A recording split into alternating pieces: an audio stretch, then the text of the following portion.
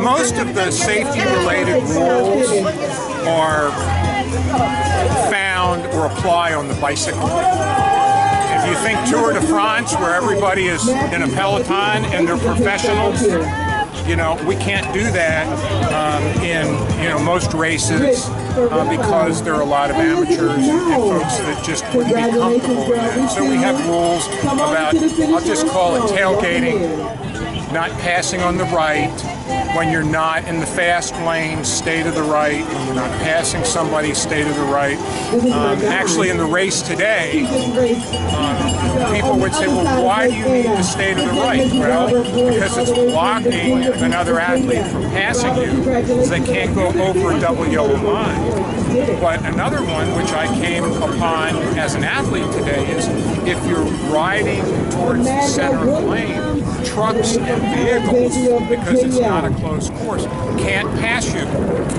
And then what happens is you have a truck, and then you have athletes, and then you have another car, and you have athletes. And so when you have a backup like that, it's generally because there's some athlete that just isn't riding to the right, and the cars can't get by.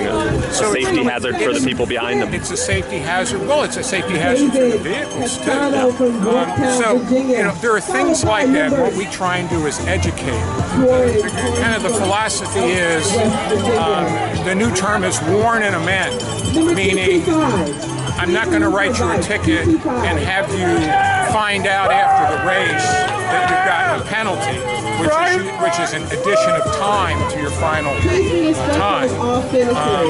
It's get out on the course and educate. Hey, get over to the right. Correct behavior as it happens. You're right. You're too close. Can spread out.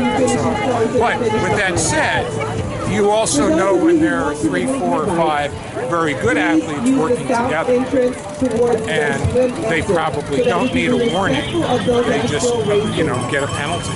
Okay. But that's so. Is drafting permitted, or you're drafting is not?